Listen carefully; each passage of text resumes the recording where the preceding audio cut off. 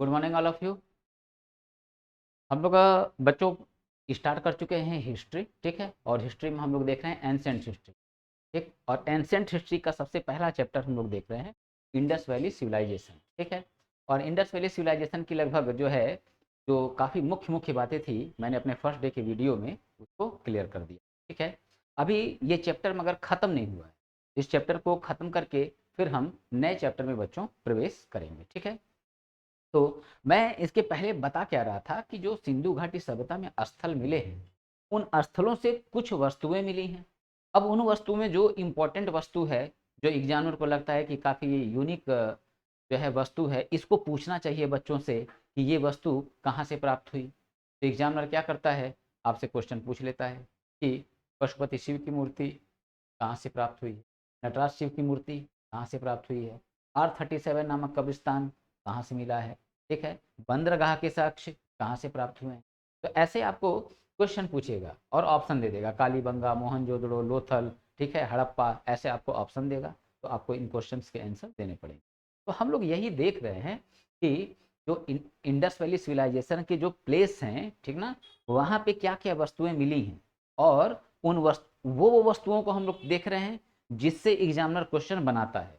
वस्तुएं तो बहुत मिली हैं, मगर एक लिमिटेशन है उसका, ठीक है। एक लिमिटेशन है कि यहाँ यहाँ तक हम लोग एक अपना एक अनुमान बनाए रखते हैं कि यहाँ से क्वेश्चन जो है एग्जामिनर उठाएगा, ये जो प्रोडक्ट है, ठीक है, इससे पूछ सकता है, ठीक है। कुछ खनिज पदार्थ जो हैं इससे पूछ सकता है, ठीक। तो उन्हीं बातों की मैं चर्चा यहाँ पे कर रहा हूँ, ठीक है।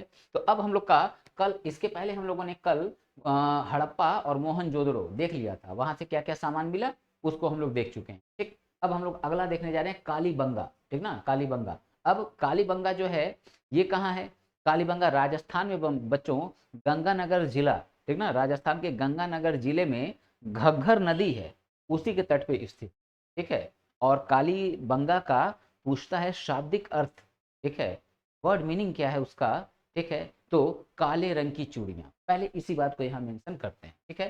तो डाला यहाँ पे हेडिंग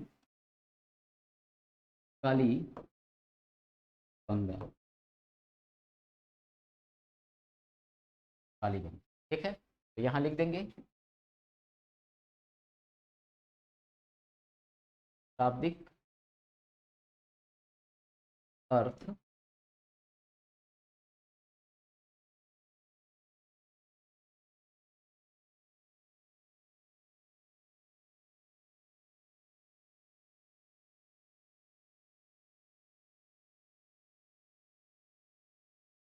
काले रंग की चूड़ियाँ, ठीक है। काले रंग की चूड़ियाँ, ये हमारा क्या हो गया, शाब्दिक अर्थ, ठीक है। चूड़ियाँ, स्थल,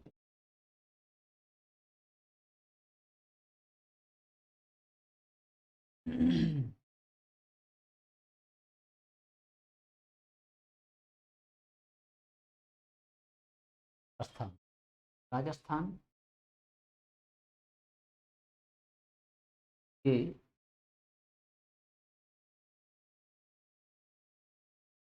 गंगानगर जिले में, जिले में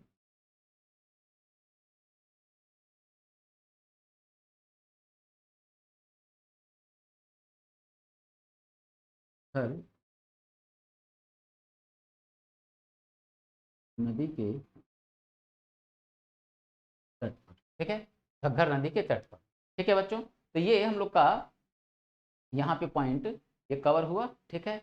अब इसका इसका खोज कौन किया, तो खोज करने वाले व्यक्ति का नाम क्या है बच्चों, अमलानंद घोष, ठीक है। अमलानंद घोष जो है इसकी खोज किए थे, ठीक है।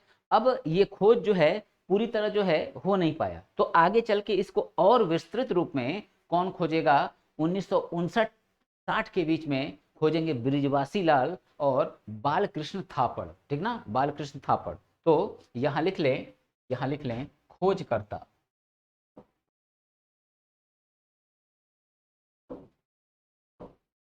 खोजकर्ता, ठीक है। तो यहाँ लिख देंगे अमलानंद घोष,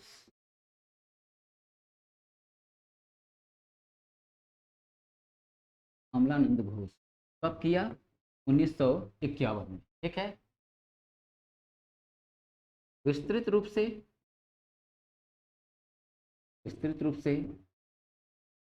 1959-60 में ब्रिजवासी लाल तथा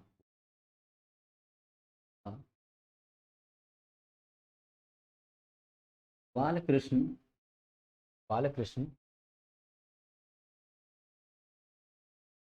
थापड़ ने किया। ठीक है, थापड़ ने किया। तो ये बात बच्चों यहाँ पे हमारी क्लियर होती है। तो खोजकर्ता वगैरह हम लोगों ने देख लिया। ठीक, अब हम लोग देखें अगला पॉइंट कि यहाँ से बच्चों हमको क्या क्या जो है वस्तुएं मिली हैं। ठीक है, एग्जामिनर क्या हमसे यहाँ पे पूछता है। ठीक है, तो यहाँ की एक बच्चों मुख्य विशेषता क्या है कि कालीबंगा के जो भवन हैं, ठीक है, यहाँ के भवनों का निर्माण जो है कच्ची ईंटों से किया गया है। ठीक है, कच्ची ईंटों से किया गया। अब कच्ची ईंटों से क्यों किया गया? अब देखो, लेखन शैली को हम लोग पढ़ पाए नहीं है। अब नहीं बता सकते हैं कि सिंधु घाटी सभ्यता एक नगरीय सभ्यता है और नगरीय सभ्यता में सभी ईंटें हमको पकी हुई मिली हैं, परंतु कालीबंगा से जो हमको ईंट मिली है, जो भवन मिला है, वो कच्ची ईंट से बना हुआ मिला है। ठीक है, बना हुआ मिला है। अब ऐसा क्यों है, इसका अनुमान बहुत तरह से लगाया जा सकता है, परंतु वो अनुमान जो है सटीक नहीं हो सकता। इसलिए इस बात पे यहाँ चर्चा नहीं करेंगे कि ऐसा क्यों हुआ होगा। ठीक ना, ऐसा क्यों हुआ होगा। तो इस बात को लिखते हैं।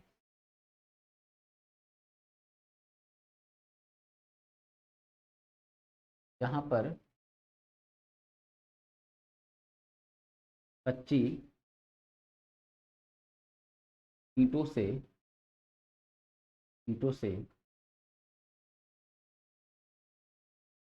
निर्मित मकान मिला है। ठीक है, और यहीं से क्या है बच्चों, जूते हुए खेत के जूते हुए खेत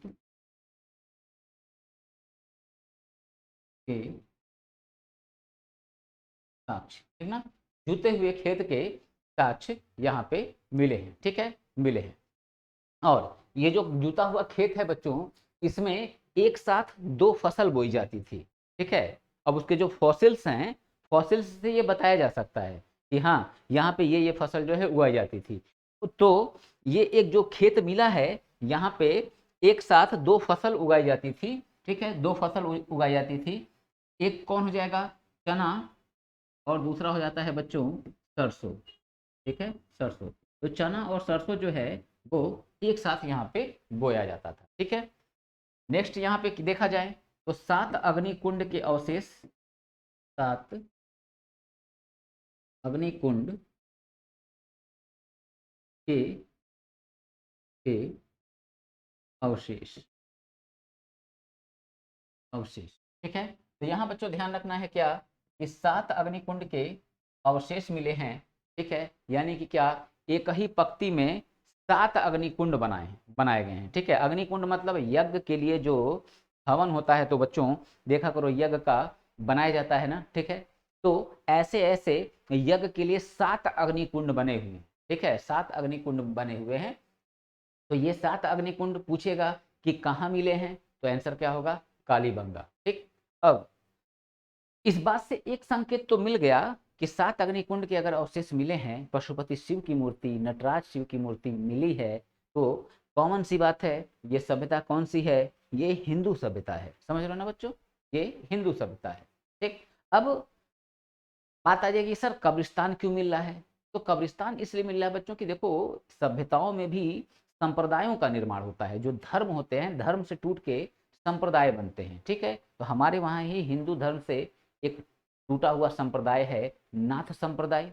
ठीक है, नाथ संप्रदाय है हिंदू धर्म का ही पार्ट। ठीक है, परंतु इसके कुछ अपने अलग सिद्धांत हैं। तो नाथ संप्रदाय में क्या है, जैसे हमारे मुख्यमंत्री जी, ठीक है, किस संप्रदाय से हैं, नाथ संप्रदाय से। तो नाथ संप्रदाय में अंतिम संस्कार की विधि क्या है, वहां पे न जलाया जाता है, न दफनाया जाता है। ठीक है। वहाँ पे क्या है, नाथ संप्रदाय में बिठा दिया जाता है। बिठाना मतलब कि जो नाथ संप्रदाय के आचार्य वगैरह होते हैं, जैसे योगी आदित्यनाथ जी के बाद नेक्स्ट इसके पहले जो हमारे महाराज जी थे, ठीक है, अवेद्यनाथ। तो अवेद्यनाथ जी जो हैं, इनका क्या, इनको बच्चों बिठाया गया है, ठीक ना, बैठा के जो है इनकी पूरी समाधि बनाई गई, ठीक है। तो ये क्या है, ये अलग अलग बच्चों सिद्धांत, ठीक है। तो अब अगर किसी को दफनाया गया, R37 नामक कब्रिस्तान मिला, तो इस बात का तात्पर्य ये कतई नहीं है कि ये मुस्लिम सभ्यता के लोग यहाँ रह रहे हों। क्यों? क्योंकि हजरत मोहम्मद का तो जन्म ही अभी नहीं हुआ है, इस्लाम का तो उदय ही नहीं हुआ है, ईसा मसीह का जन्म अभी नहीं हुआ है। तो न क्रिश्चियन संस्कृति, भाई क्रिश्चियन संस्कृति और मुस्लिम संस्कृति, इस्लामिक संस्कृति, इन्हीं दोनों में दफनाने की प्रथा जो है ज्यादा प्रचलित है। ये दोनों संस्कृतियां इस समय है ही नहीं। तो ऑब्वियस सी बात है, फिर हमारा सभ्यता ये पशुपति शिव का मिलना वगैरह, अग्निकुंड का मिलना वगैरह, ठीक है ना, मात्र देवी की मूर्ति, ये क्या दर्शाता है कि ये लोग हिंदू धर्म के लोग थे। तो मैंने क्या बोला बच्चों, ये एक अनुमान है, ठीक ना, ये एक अनुमान है। तो अनुमानों के द्वारा हम लोग ये सारी बात बता रहे हैं, मगर ये अनुमान गलत तो नहीं बताया मैंने, समझ रहा हूँ। तर्कों के आधार पे अगर देखा जाए तो इस बात को मैंने गलत नहीं बताया है। आपके अगर आपके पास अपना कोई अगर तर्क होगा तो आप तर्क के द्वारा साबित करना कि जो है ये हिंदू धर्म के लोग नहीं थे, ठीक है। तो ऐसा मुश्किल होगा साबित कर पाना, ठीक है, जहाँ तक मेरा मानना, ठीक। सात अग्निकुंड के अवशेष, अच्छा अब देखें जरा इसमें इसमें और देखें तो देखो बच्चों, सात अग्निकुंड के अवशेष मिल रहे हैं, ठीक है। तो मैं दाह संस्कार की बात क्यों कर रहा था, देखो जैसे हम लोगों में जब जलाया जाता है, ठीक है, तो जो डेड बॉडी होती है, डेड बॉडी वो क्या होता है बच्चों, डेड बॉडी उत्तर दक्षिण होता है, सर उत्तर की तरफ, पैर दक्षिण की तरफ करके तब जलाया जाता है, ठीक, जलाया जाता है। मगर यहाँ कालीबंगा में जो दाह संस्कार का जो साक्ष्य मिला, उसमें दफनाया गया है, मगर दफनाने में सर जो है उत्तर की तरफ और पैर जो है दक्षिण की तरफ ना होके वो किस तरफ है, पूरब और पश्चिम की तरफ, ठीक ना, पूरब और पश्चिम की तरफ। जबकि बाकी सिंधु घाटी सभ्यता के सभी स्थलों में दफनाने का जो रिवाज है वो क्या दिख रहा है, उत्तर से दक्षिण ही, यहाँ पे क्या है, पूरब से पश्चिम दिखा दिया, समझ रहे हो। अब इसलिए ये बात महत्वपूर्ण हो गई, और हर एग्जाम में जो चीज़ पहला हो या आखिरी हो, ठीक है, तो उसको एग्जामिनर छोड़ता नहीं है, ठीक है, कोई भी चीज़ पहला हो, पहला चीज़ जो है छोड़ा नहीं जाता है और भूलता नहीं है। अब पहला मतलब बच्चों कुछ और मतलब मत निकालना कि पहला तो वास्तव में सच में पहला होता है, ठीक है।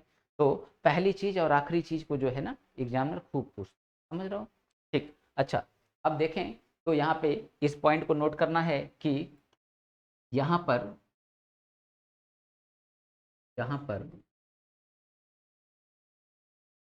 एक ऐसा एक ऐसा शव शव मिला है जो जो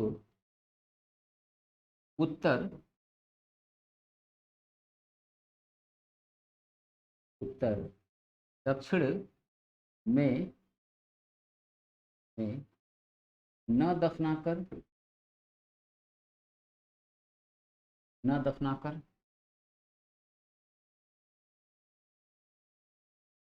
पूरब पश्चिम में में दफनाया गया है, ठीक ना, पूर्व पश्चिम में दफनाया गया है, ठीक है। तो ये विशेषता बच्चों कहाँ की हो गई, ये विशेषता हो जाता है कालीबंगा का, ठीक है, कालीबंगा का। तो इतना बात बच्चों क्लियर, ठीक। अब अगला स्थल जो होगा, अगला स्थल होगा बच्चों लोथल, ठीक ना, लोथल इंपॉर्टेंट है।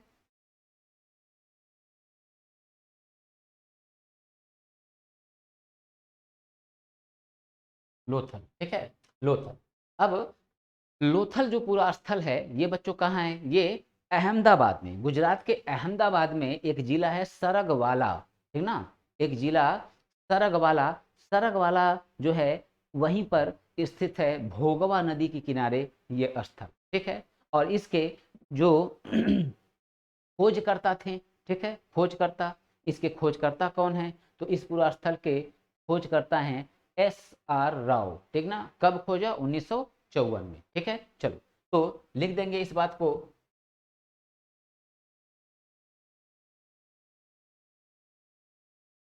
खोजकर्ता,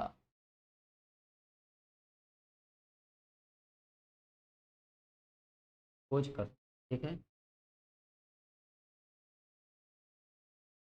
SR राव, ठीक है, SR राव, ठीक है। लिख दें हम स्थान, स्थान गुजरात का अहमदाबाद में, अहमदाबाद में में सरग वाला, सरग वाला गांव, सरग वाला गांव, इसमें खोजकर्ता SR राव, और इसका यहीं पे बच्चों मैं मेंशन कर दे रहा हूँ वर्ष, ठीक ना, वर्ष 1954, ठीक है। और यहीं पे मेंशन कर दे रहे हैं नदी, ठीक है, नदी, नदी क्या है? भोगवा, ठीक ना, भोगवा नदी, ठीक है बच्चों। तो ये बात यहाँ कवर, ठीक। अच्छा, अब देखें कि यहाँ की सबसे एक मुख्य विशेषता क्या है बच्चों, जो वेरी वेरी इंपॉर्टेंट पॉइंट, कि कौन सा ऐसा स्थल है जहाँ पे बंदरगाह के साक्ष्य मिले, समझ रहे हो ना बच्चों, बंदरगाह के साक्ष्य। तो यही जो है लोथल जो है, यहीं से हमको बच्चों क्या मिला है? बंदरगाह का साक्ष्य मिला, ठीक। तो यहाँ पे हम लोग को 3 बातें लिखनी है। बंदरगाह की प्राप्ति, फारस की मुहर, फारस यानी ईरान, समझ रहे हो ना, फारस यानी ईरान, फारस जिसको हम पर्सिया भी बोलते हैं, पर्सिया यानी ईरान, तो ईरान का हम लोग को मुहर मिला। अब ईरान के मुहर मिलने का मतलब ये है कि हमारा जो है व्यापारिक संबंध ईरान से यानी फारस से क्या होगा? रहा होगा, ठीक है, रहा होगा। अब दूसरी बात सुनो, कि हमें ममी के साक्ष्य मिले हैं, ममी। तो मिस्र में पहले क्या होता था? लोगों को ना जलाया जाता था ना दफनाया जाता था, उनको एक दवा का लेप लगा के सफ़ेद पट्टी, पूरा सफ़ेद पट्टी से लपेट के, और उनको ताबूत में क्या किया जाता था बच्चों? लिटा दिया जाता था। तो वो जो लेटे होते थे, ठीक ना, शव, उन्हीं को क्या बोलते हैं बच्चों? मम्मी। और ये सभ्यता कहाँ की है? ये सभ्यता है बच्चों मिस्र की सभ्यता, ठीक ना, इजिप्ट, ठीक है। तो ऐसा हमको कहाँ मिलता है? इजिप्ट में, ठीक है। तो अब इस बात का मतलब ये भी है कि यानी कि मिस्र की जो सभ्यता थी, हमारा संबंध भी था, ठीक है। तो ये बातें कवर करते हैं, ठीक है। तो 3 पॉइंट हम लोग को कवर करना है, यहाँ लिख दें, बंदरगाह के साक्ष्य, ठीक है,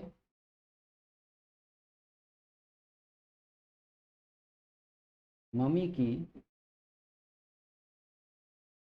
मम्मी की प्राप्ति, और फारस की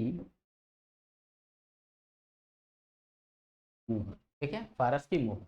तो ये बच्चों हो गया हम लोग का लोथल से, ठीक है, लोथल से पॉइंट, ठीक। अब हम लोग देखें अगला स्थल, चनहुदड़ो, ठीक ना, अगला स्थल देखें चनहुदड़ो।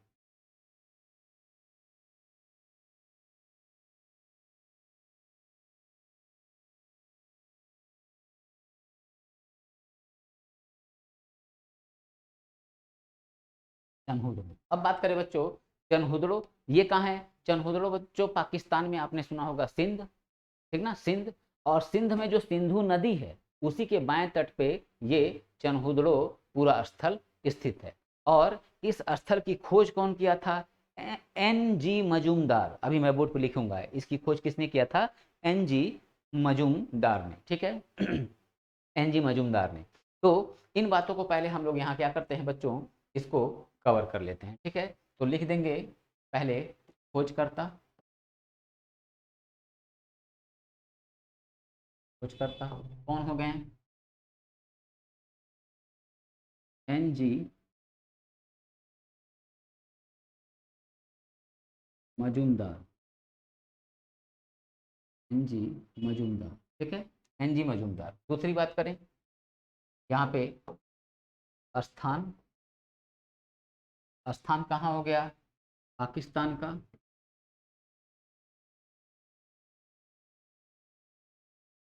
पाकिस्तान के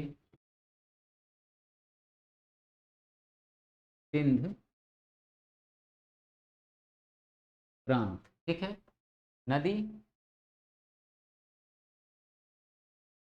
सिंधु, सिंधु के के बाएं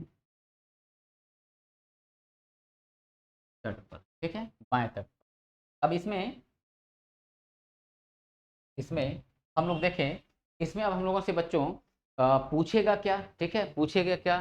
तो इसका जो सबसे मुख्य पॉइंट है, यहाँ पे बच्चों मिला है मनका बनाने का कारखाना, ठीक ना, मनका बनाने का कारखाना। अब यहाँ बड़ा एक कंफ्यूजन है, कुछ बच्चों को समझ में आता है कि सर मनका मतलब होता है मिट्टी का बर्तन, समझ रहे हो ना, या फिर मन का मतलब वो गगरी समझते हैं, गलत बात है, ठीक है। मन का मतलब क्या है, जैसे हम लोग माला वाला पहने रहते हैं ना बच्चों, ठीक ना, रुद्राक्षी माला या अदर कोई भी माला, ठीक है, तो वो जो माला होती है उसी को कहते हैं मन का, ठीक ना। तो ये देखो कुछ इस टाइप से, ऐसे ये मान लो गले में पहना है, ये कुछ मिट्टी का, ये क्या करते थे ऐसे गोल गोल जो है बनाते थे, और बना के जो है धागे में क्या करते थे, इसको इसको पिरो देते थे, ठीक है, धागे में क्या करते थे, इसको पिरो देते थे, और यही जो है ऐसे अपने गले में इसको क्या करते थे बच्चों, पहनते थे, समझ गए, पहनते थे। तो यही है बच्चों मन का, ठीक ना, मन का, ठीक। चल, तो हम लोग इस बात को नोट करते हैं।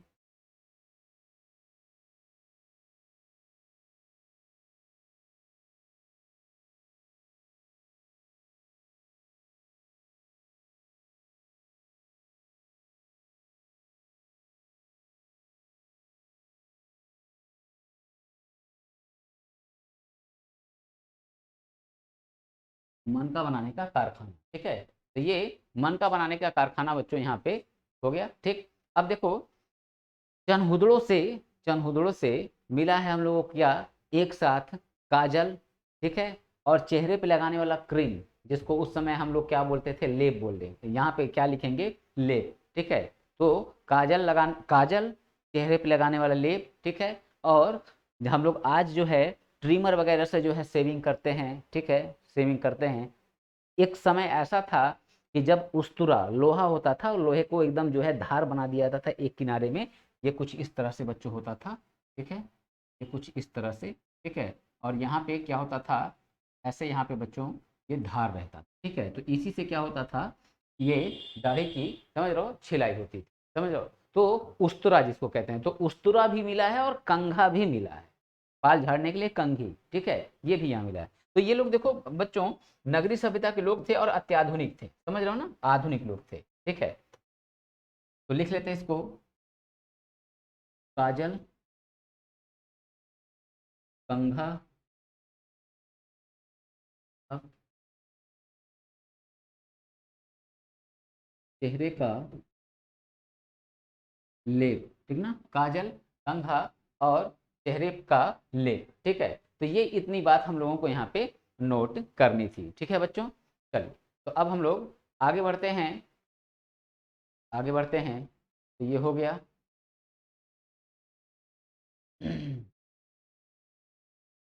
ठीक है।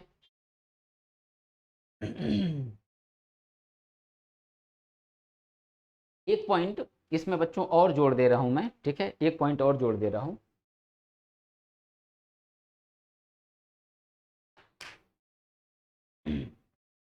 एक पॉइंट यहाँ पे क्या जोड़ेंगे बच्चों, यहाँ पे एक ईंट मिला है, उस ईंट पे, ठीक है, बिल्ली दौड़ी और बिल्ली का पीछा किया कुत्ता, समझ रहे हो, बिल्ली दौड़ी और बिल्ली का पीछा किया कुत्ता, तो उस ईंट पे बिल्ली के पंजे का चिन्ह और कुत्ते के पंजे का चिन्ह दोनों मिला है।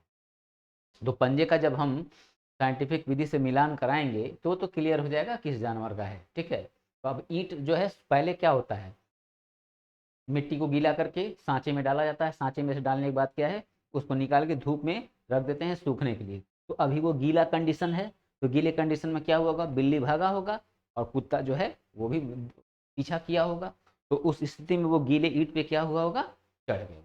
ठीक है, तो यही पॉइंट लिखना कि कहाँ से एक ऐसी ईंट मिली है जिस पे बिल्ली का पीछा करते हुए कुत्ते और बिल्ली के पंजे के चिन्ह मिले। तो हमारा आंसर क्या हो गया, चंगुल। ठीक है,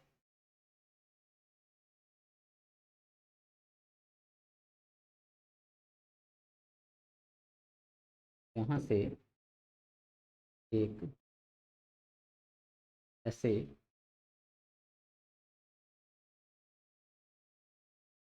ईंट की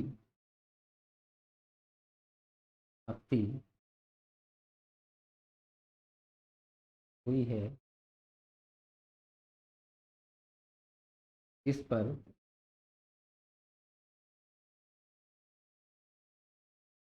बिल्ली का पीछा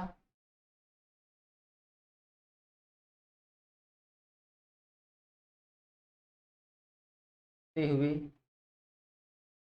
कुत्ते के पंजे का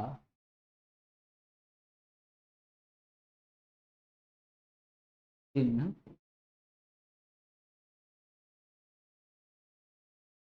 मिला है।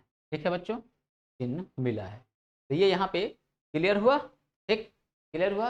अब हम लोग अगला स्थल देखेंगे बच्चों, क्या, बनवाली। ठीक ना, बनवाली ये कहाँ है, हरियाणा के हिसार जिले में, और इसकी खोज किसने किया था, 1973 में RS बिष्ट ने। ठीक है, तो लिख लेते हैं अगला स्थल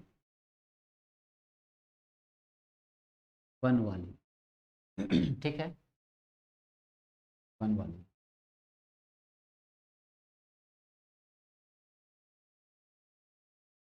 खोजकर्ता खोजकर्ता RS बिष्ट। ठीक है, RS बिष्ट। अब ये इन्होंने कब किया, तो बताया मैंने कब किया, 1973 में। ठीक है, 1973 में। तो ये हो गए बच्चों खोजकर्ता। अब इसमें हम लोग देखें ये स्थान, स्थान क्या बताया मैंने, स्थान में हरियाणा का हरियाणा का हरियाणा का हिसार जिला, हरियाणा का हिसार जिला। ठीक है बच्चों, तो अब इस बनवाली को लिखने का रीजन क्या है, इस बनवाली को लिखने का रीजन बच्चों यहाँ पे सिर्फ ये है कि यहाँ पे एक सबसे अलग बात है, और वो अलग बात क्या, कि जल निकास की जो उत्तम व्यवस्था है, ये सिंधु घाटी सभ्यता की सबसे बड़ी पहचान है। परंतु यहाँ पे हम क्या देख रहे हैं, जल निकास प्रणाली जो है इसका पूरी तरह अभाव है ना, पूरी तरह अभाव है। ठीक है, जैसे हम लोग के वहाँ खुली हुई नालियाँ हैं, ठीक है, गटर नहीं है बड़े बड़े, वैसे ही यहाँ पे बच्चों कंडीशन दिख रही है। ठीक है, तो इसलिए ये क्वेश्चन क्या हो गया, इंपॉर्टेंट हो गया। ठीक है, इकलौता हो गया ना ये। ठीक है, चलो तो अब देखते हैं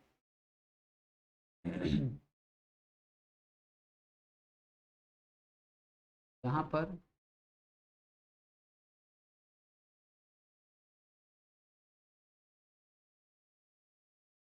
जल निकास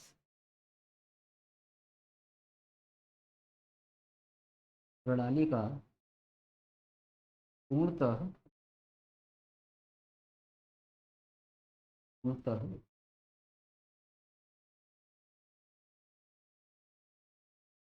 अभाव। ठीक ना, जल निकास प्रणाली का क्या है बच्चों, यहाँ पे पूर्णतः अभाव। ठीक है, पूर्णतः अभाव। ठीक, अब देखो, अब हमको कुछ स्थल लिखने हैं जिसमें कोई खोजकर्ता वगैरह नहीं लिखना है। ठीक है, जैसे यहाँ देखिए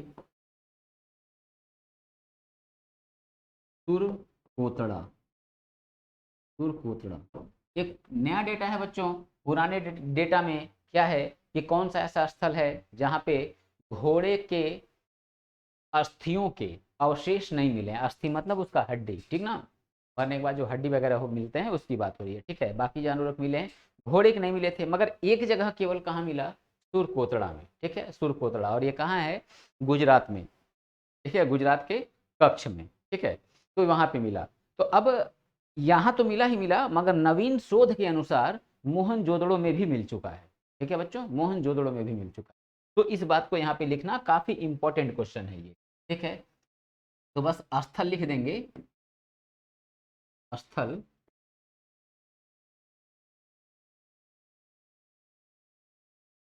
गुजरात का,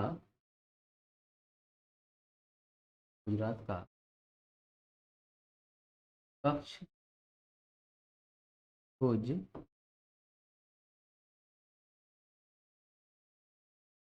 कच्छ भुज जिला। ठीक है, अब इसमें जो है खोजकर्ता वगैरह कौन है, ठीक ना, तो जगपति जोशी इसके खोजकर्ता, कब किए, 1972 में। तो ये सब बात हम लोग को यहाँ पे नहीं लिखना है। ठीक है, मेन पॉइंट पे आते हैं, मेन पॉइंट पे। यहाँ से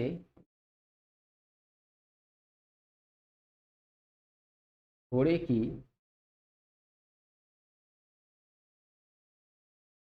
यहाँ से घोड़े की अस्थियों के के अवशेष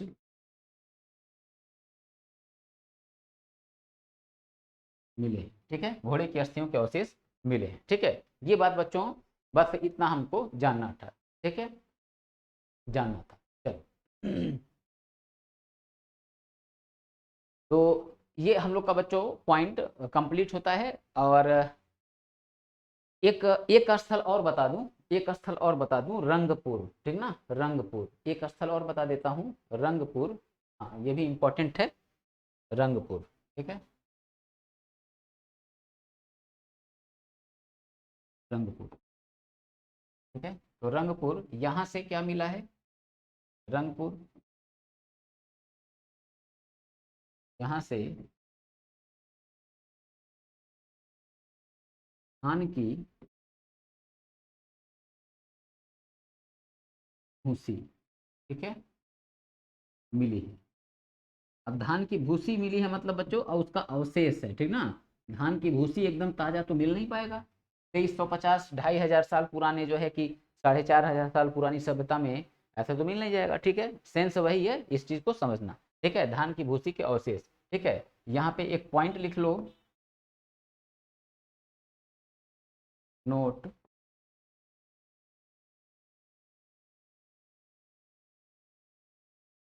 चावल की, चावल की खेती के साक्ष्य, खेती के साक्ष्य लहुरा देवा, लहुरा देवा कहाँ है ये है खलीलाबाद, खलीलाबाद उत्तर प्रदेश। ठीक ना, ठीक ना, यहाँ मिला है। सेकंड स्थान बात करें, चावल की खेती के साक्ष्य। ठीक है, दूसरे नंबर पे कौन है, दूसरे नंबर पे है बच्चों कोल्डी हवा। पहले कौन था, पहले कोल्डी हवा था, अब हो चुका है ये दूसरे स्थान पे। पहले स्थान पे कौन आ चुका है, लहुरा देवा। ठीक ना, लहुरा देवा।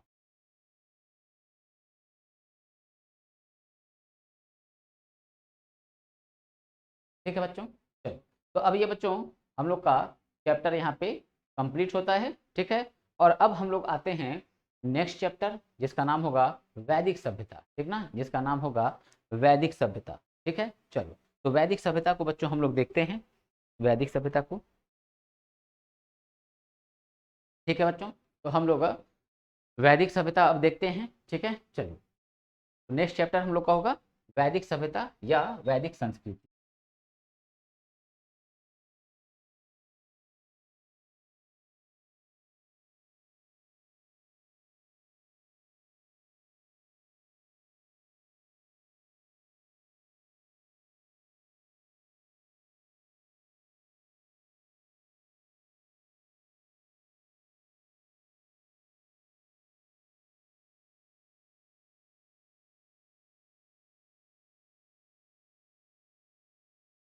ठीक है, वैदिक सभ्यता या वैदिक संस्कृति। ठीक, अब बच्चों देखो, सिंधु सभ्यता का हुआ पतन, अब सिंधु सभ्यता का पतन क्यों हुआ, ठीक है, इस पतन के बच्चों कुछ कारण है, समझ लो। तो एक बात याद रखना हमेशा, किसी भी सभ्यता के पतन के केवल एक कारण नहीं होते, ठीक है, उसके कारण जो है बच्चों वो कई होते हैं। कोई सभ्यता केवल एक कारण से खत्म नहीं होता। तो बात करें भूकंप, ठीक है, नदियों का मार्ग परिवर्तित करना, ठीक है, यानी बाढ़ आ जाना, ठीक है, दुर्भिक्ष फैल जाना, मलेरिया फैल जाना, समझ रहे हो, मलेरिया फैल जाना, और आर्यों का आक्रमण होना। तो ऐसे कई रीजनों से सिंधु घाटी सभ्यता क्या हुई बच्चों, समाप्त हो गई, ठीक है। और उसके बाद से ये सभ्यता समाप्त हो जाने के बाद से एक नई सभ्यता का बच्चों उदय होता है। उस सभ्यता को हम क्या बोलते हैं, वैदिक सभ्यता। और जहाँ से हमारे सनातन संस्कृति, सनातन धर्म की भी शुरुआत होगी यहीं से, ठीक है। तो चैप्टर का नाम पड़ा है वैदिक सभ्यता, और इसका टाइमिंग जो होगा बच्चों वो कब से होगा, 1500 ईसा पूर्व से 600 ईसा पूर्व, ठीक है। 1500 ईसा पूर्व को बच्चों बोलते हैं बीसी, बिफोर क्राइस्ट। 1500 ईसा पूर्व से 600 ईसा पूर्व, बिफोर क्राइस्ट, ठीक है, 600 ईसा पूर्व। अब इसको देखो बच्चों, दो भाग में क्या किया जाता है, इसको दो भाग में किया जाता है डिवाइड, ठीक है, दो भाग में किया जाता है डिवाइड। एक को हम कहते हैं बच्चों, एक को कहते हैं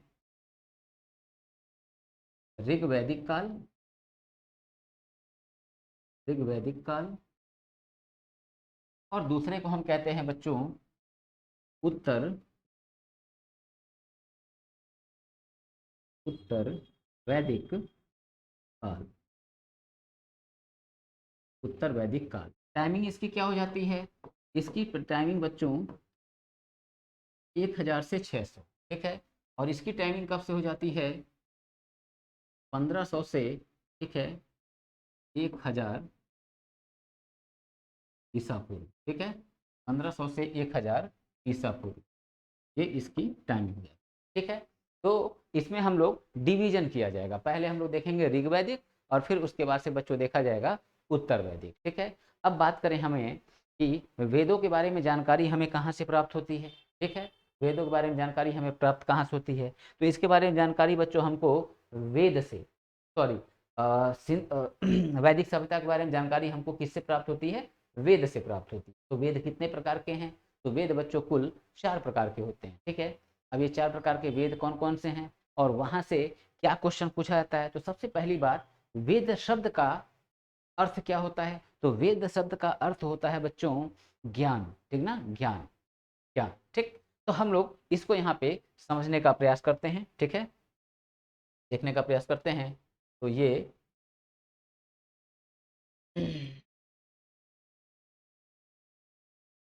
ठीक है, चलो। वैदिक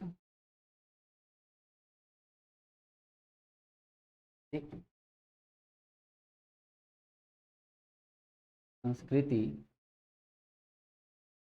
के बारे में, बारे में ज्ञान, ज्ञान हमें, ज्ञान हमें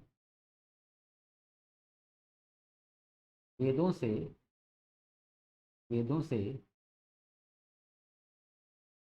प्राप्त,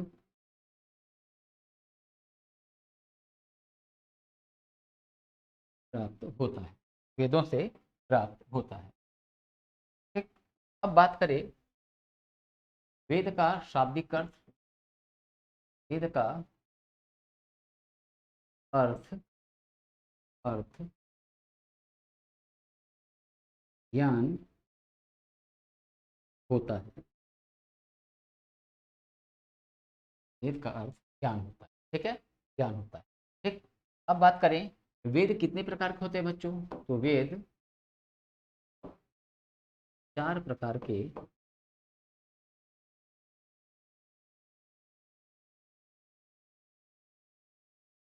4 प्रकार के होते हैं, ठीक है, 4 प्रकार के होते हैं। तो कौन कौन सा, तो सबसे पहले यहाँ देखेंगे बच्चों ऋग्वेद, ठीक है, फिर देखेंगे सामवेद,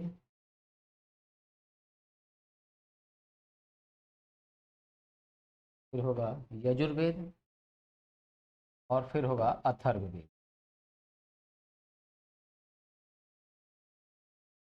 अथर्ववेद, ठीक है, अथर्ववेद। तो ये वेद जो है 4 प्रकार के हैं, और अभी हम इन 4 प्रकार के वेदों में किस किस चीज के बारे में जानकारी मिलते हैं, ये जानने के बाद हम देखेंगे कि वेद कहाँ से आया, कैसे जो है इसमें हमारे धर्म संस्कृति के बारे में अध्ययन करने को मिल जाता है। ठीक है बच्चों, तो अब देखो ऋग्वेद में मूलतः अगर बात करें कि ऋग्वेद में किस चीज का मुख्य रूप से उल्लेख मिलता है, ठीक है, किस चीज का मुख्य रूप से उल्लेख मिलेगा, तो यहाँ बच्चों हमको याद रखना है ऋग्वेद में मुख्य रूप से किस चीज का उल्लेख मिलेगा, आर्यों के राजनीतिक जीवन। ठीक है, आर्यों के राजनीतिक जीवन। अब मैटर आएगा सर आर्यों के राजनीतिक जीवन का मतलब क्या है। बच्चों देखो, कहा जाता है कि आर्य जो हैं वो विदेशी थे, ठीक है, और भारत में आए, और इनका जो मूल निवास स्थान है मैक्स मूलर के अनुसार क्या है, मध्य एशिया। और ये अपने तीर धनुष और घोड़े के बल पे इन्होंने क्या किया, यहाँ के सिंधु घाटी सभ्यता के लोगों को पराजित कर दिया, ठीक है, और पूरे उत्तर भारत में अपना विस्तार कर लिया आर्यों ने। ठीक है, तो इन वेद के अंतर्गत, ठीक है, इन वेदों में हमें जानकारी किसके बारे में मिलती है, तो इन वेदों से हमें मूलतः जानकारी किसके बारे में मिलती है, आर्यों के, ठीक है, आर्यों के जीवन के बारे में। तो अब ऋग्वेद से क्या है, तो आर्यों के जो राजनीतिक जीवन है उनकी जानकारी मिलती है। ठीक है, आर्यों का राजनीतिक जीवन प्लस तो इसी में मिलता है जानकारी किसका बच्चों, गायत्री मंत्र का, गायत्री मंत्र। ठीक है, ये बात क्लियर। फिर बात करें सामवेद की, तो सामवेद से बच्चों हम लोग को किस चीज की प्राप्ति होती है, सामवेद से हम लोग को पता चलता है आर्यों का जो गीत एवं संगीत, ठीक ना, तो गीत एवं संगीत का वर्णन मिलता है हमको किसमें, ठीक है, सामवेद में। यजुर्वेद में क्या है बच्चों, यजुर्वेद में कर्मकांड, कर्मकांड, जादू टोना, जादू टोना, तंत्र मंत्र, तंत्र मंत्र, भूत पिशाच,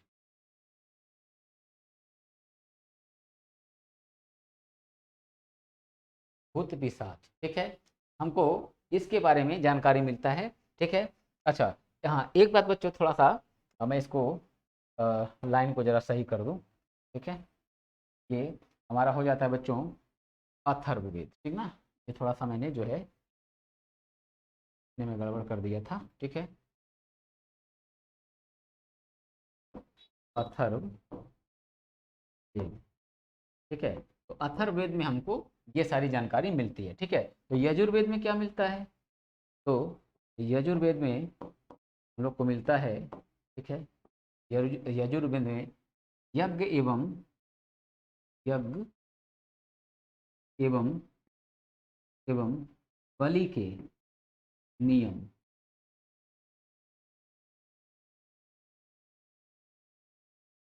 यज्ञ एवं बलि के नियम जो है हमको इसका उल्लेख मिलता है। ठीक है बच्चों, तो ये एक इंपॉर्टेंट पॉइंट है, इसको बच्चों ध्यान में रखना। ठीक है, तो ये चाहो अगर, तो वेद 4 प्रकार के होते हैं, यहाँ तक स्क्रीनशॉट ले सकते हो। ठीक है,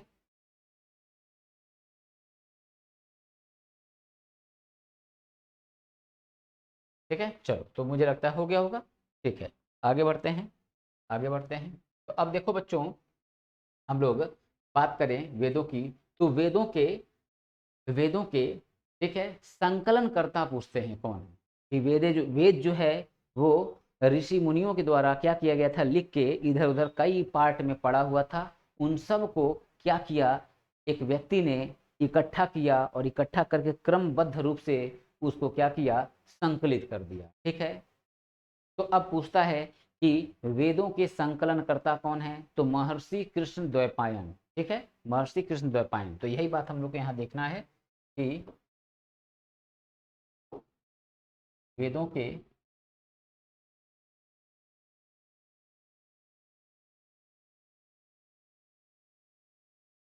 वेदों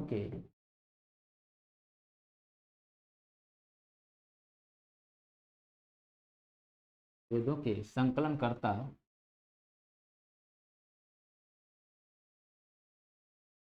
महर्षि कृष्ण में वह लगा है बच्चों, महर्षि कृष्ण द्वैपायन थे। उसी में लिख देंगे वेदों का वेदों का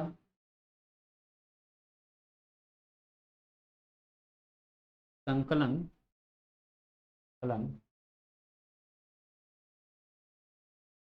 करने के कारण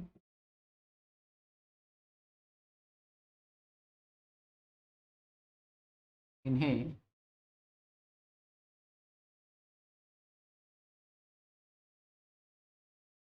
वेद व्यास ही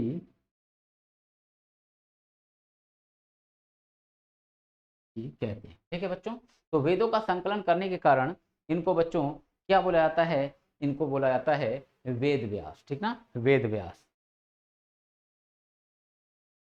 वेद व्यास। ठीक है। अच्छा, अब बच्चों आर्यों का मूल निवास स्थान, ठीक है, आर्यों का मूल निवास स्थान क्या है, ठीक है, तो ये एक विवाद का विषय बना रहा। ठीक है, परंतु इसमें एक व्यक्ति की बात जो है वो ज़्यादा मानी जाती है, और ये जो चैप्टर है धार्मिक दृष्टिकोण से थोड़ा विवादास्पद है, तो बहुत ज़्यादा यहाँ पे जो है चीज़ों को प्रेजेंट करना, तो थोड़ा सा बच्चे हर वर्ग के यहाँ पे है ना, ठीक है, हर वर्ग के बच्चे जो है इसको देख रहे होंगे, वीडियो को देखेंगे।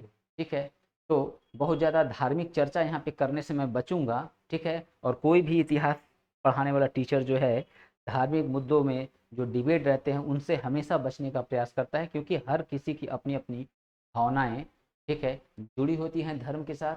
और अपना विचार खुल के अगर एक टीचर क्लासरूम में प्रेजेंट करे, ठीक है, तो बच्चों वो कहीं ना कहीं जो है एक डिस्क्रिमिनेशन टाइप का दिखता है, भेदभाव, कि सर एक वर्ग का जो है सपोर्ट कर रहे हैं और दूसरे वर्ग का जो है बुराई कर रहे हैं। ठीक है, तो मैं यहाँ पे बहुत ज़्यादा इन सब विवाद में नहीं आऊँगा कि आर्य क्या वास्तव में भारत के नहीं थे। ठीक है, अगर बोला भारत के नहीं थे तो एक वर्ग नाराज, अगर बोला भारत के थे तो दूसरा वर्ग नाराज, समझ रहे हो। तो यहाँ पे कोई बात नहीं, अपने अपना कोई व्यू नहीं देना है मुझे, यहाँ पे बस क्या मुझे बताना है कि आर्यों का मूल निवास स्थान एग्जामिनर जो सबसे ज़्यादा मानता है आंसर के रूप में, वो क्या है, मैक्स मूलर के द्वारा बताया गया कथन कि आर्य कहाँ के निवासी थे, आर्य निवासी थे मध्य एशिया। ठीक है, तो आपको यही बात याद रखना है कि किसने बताया था कि आर्य मध्य एशिया के निवासी थे, तो हमारा आंसर क्या होगा, मैक्स मूलर। ठीक है, चलो तो हेडिंग देंगे, हेडिंग छोड़ते हैं, पॉइंट पे आते हैं सीधे। मैक्स मूलर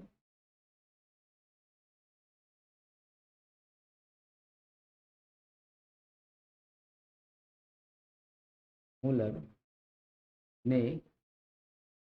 यह यह बताया कि आर्य मध्य एशिया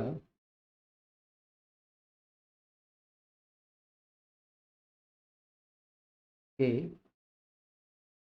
निवासी थे। ठीक है, तो मैक्स मूलर ने बताया है कि आर्य कहाँ के हैं बच्चों, आर्य जो हैं मध्य एशिया के निवासी। ठीक है, मध्य एशिया के निवासी हैं। ठीक है, अब देखें इनका भौगोलिक विस्तार। ठीक है, भौगोलिक विस्तार यानी कि इनका लिखेंगे विस्तार क्षेत्र, विस्तार क्षेत्र। ठीक है, तो आर्य कहाँ से कहाँ तक फैले हुए थे, तो ये बच्चों विस्तार क्षेत्र की बात करें तो अफगानिस्तान, पाकिस्तान, पाकिस्तान, पाकिस्तान और और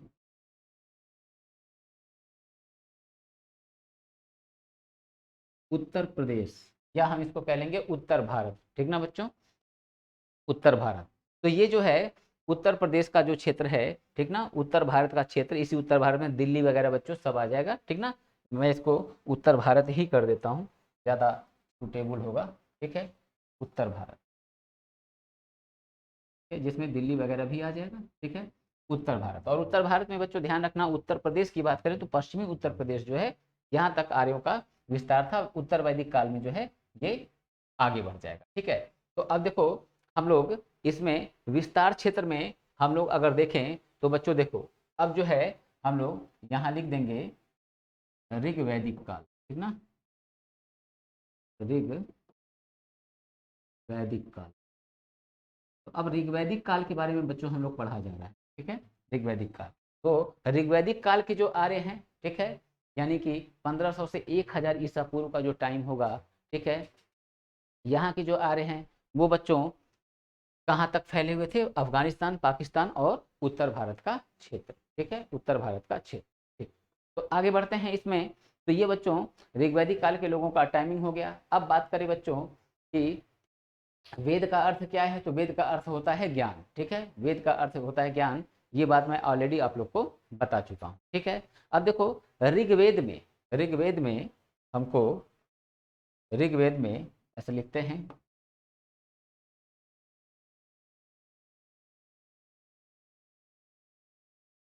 ऋग्वेद में कुल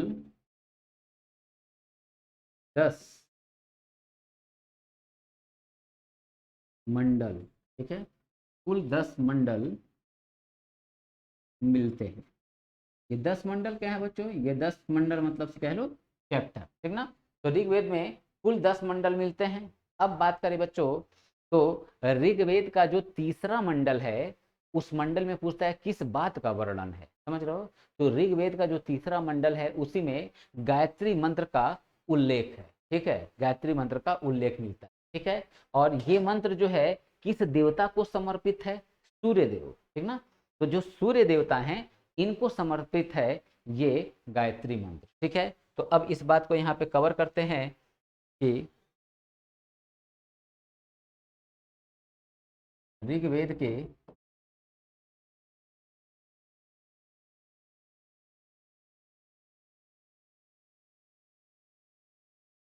तीसरे मंडल में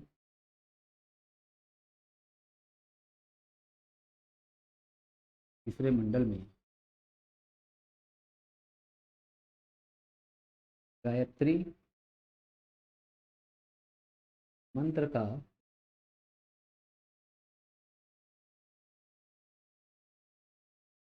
उल्लेख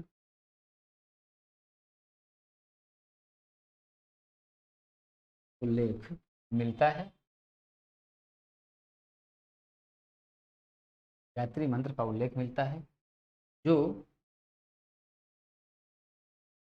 विश्वामित्र द्वारा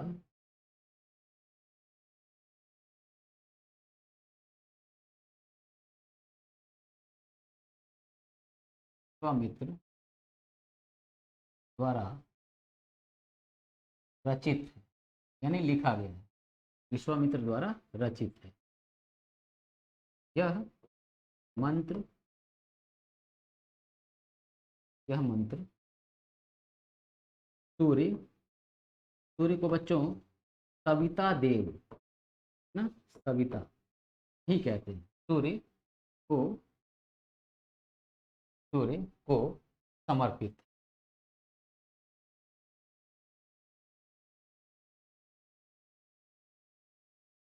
सूर्य को समर्पित है, ठीक है बच्चों। तो ये हमारा पॉइंट हो जाता है बच्चों यहाँ पे, ठीक है, ऋग्वेद से, ठीक है, ऋग्वेद से ऋग्वेद से, ठीक। अब इसमें बच्चों हम लोग आगे बढ़ें तो अब ऋग्वेद में सबसे ज्यादा बार, ठीक है, सबसे ज्यादा बार किस नदी का उल्लेख मिलता है। तो अब यहाँ लिखेंगे हम, हेडिंग डालेंगे, चाहे हेडिंग नहीं बच्चों, ठीक है, हेडिंग छोड़ते हैं, हेडिंग की जरूरत नहीं है यहाँ पे। अब ऋग्वेद नामक ये जो ग्रंथ है, इस ग्रंथ से हमें किसकी जानकारी, सबसे किस नदी के बारे में सबसे ज्यादा ज्यादा बार जानकारी मिलेगा, तो ऋग्वेद से सिंधु नदी के बारे में सिंधु नदी के बारे में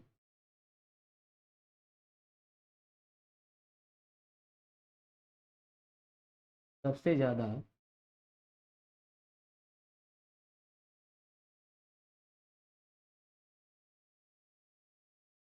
जानकारी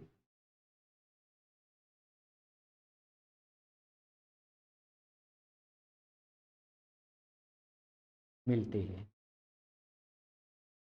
सबसे ज़्यादा जानकारी, ठीक है, मिलती है। ठीक, अब बात करें ऋग्वेद में, ऋग्वैदिक काल में आर्थिक दृष्टिकोण से कौन सी नदी बड़ी महत्वपूर्ण थी? तो आर्थिक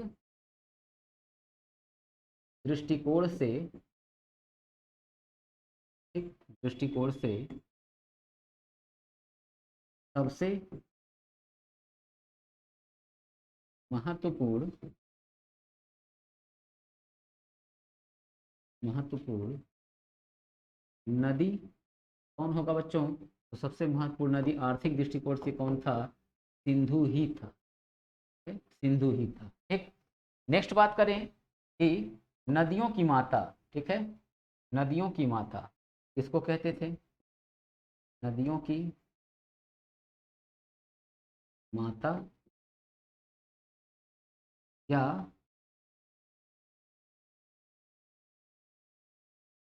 नदीतमा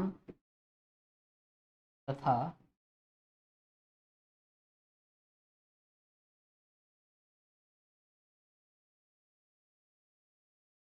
अम्बितमा, अम्बितमा, ठीक है, किसे बोलते हैं?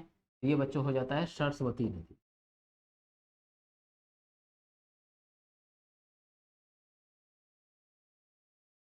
सरस्वती नदी, ठीक है, सरस्वती नदी। ठीक, अब देखें ऋग्वेद में सबसे ज्यादा बार किस नदी का उल्लेख है? तो ऋग्वेद में, ऋग्वेद में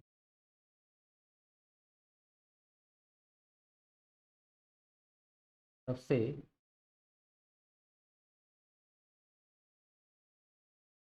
ज्यादा बार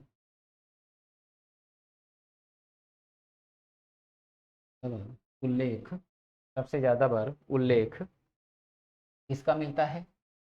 अच्छा, ये तो मैंने बच्चों लिखवा दिया है। अच्छा, अभी तो थोड़ा सा देखते हैं, ठीक है, ऋग्वेद में गंगा, गंगा नदी का एक बार तथा, हाँ,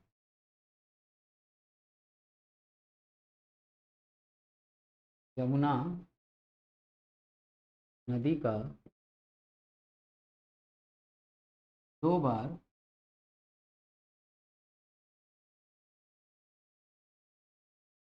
उल्लेख मिलता है।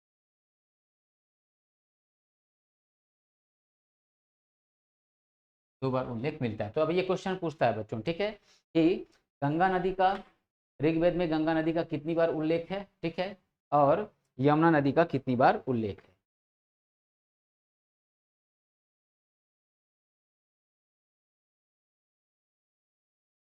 ठीक है, तो ये बात क्लियर, ठीक। तो अब बच्चों इसमें हम लोग आगे बढ़ेंगे, आगे बढ़ेंगे तो और सारे पॉइंट्स अभी हम लोग को कवर करने हैं, ठीक है। तो नेक्स्ट मेरे क्लास का टाइम हो गया है, तो क्लास को बच्चों यहीं बीच में मुझे रोकना पड़ेगा, ठीक है, और फिर कल मैं क्लास को इसी समय फिर कंटिन्यू करूँगा। इसमें मैंने जो जो बात बताई है, कुछ चीज़ें ऐसी होंगी जो आपको परेशान करेंगी, जो आपके दिमाग में आएगा कि सर इस बात का मुझे उत्तर नहीं मिला, आपने खुद से नहीं बताया। तो आप खुद कितने अवेयर हैं, ठीक है, इस चीज़ को आप बताइए, ठीक। यानी कि क्या, अगर अवेयर हैं तो मुझसे क्वेश्चन पूछिए कि सर इस बात का मतलब नहीं समझ में आया मुझे, और मैंने जानबूझ के उन कुछ शब्द ऐसे हैं जिसका मतलब मैंने जानबूझ के नहीं समझाया है, तो आप जो है अगर आपके मन में जिज्ञासा उठ रही है कि सर क्या होगा, ठीक, तो आप मुझसे कमेंट में पूछिए, कमेंट में बताऊंगा। ठीक है, तो आज की क्लास को बच्चों यहीं रोकते हैं। ठीक है, और फिर जो है कल हम लोग इसी क्लास में, ठीक है, इस क्लास को कंटिन्यू कर लेंगे। और ये जब कल ख़त्म हो जाएगा क्लास हमारा, ठीक है, ये चैप्टर जब ख़त्म हो जाएगा तो फिर ज्योग्राफी के 1 से 2 चैप्टर जो बचे हुए हैं मैं उसको उसको परसों कवर करा दूंगा। ठीक है, परसों कवर करा दूंगा और उसके बाद से आपका ज्योग्राफी जो है पूरी तरह खत्म हो जाए। ठीक, और इधर इतिहास मैंने शुरू ही कर दिया है। ठीक है, तो बच्चों के जो है कि डिमांड थे कि सर हिस्ट्री भी शुरू करा दीजिए, और ज्योग्राफी जो है हम लोग पढ़ ही रहे हैं, तो कुछ जो पोर्शन बाकी है वो मैं पूरा करा दूंगा, पूरा ज्योग्राफी खत्म। और इधर मैंने स्टार्ट भी कर दिया, ठीक है, हिस्ट्री भी। तो आप लोगों ने जो डिमांड किया मैंने उसे पूरा। ठीक है बच्चों, तो फिर कल की क्लास में हम लोग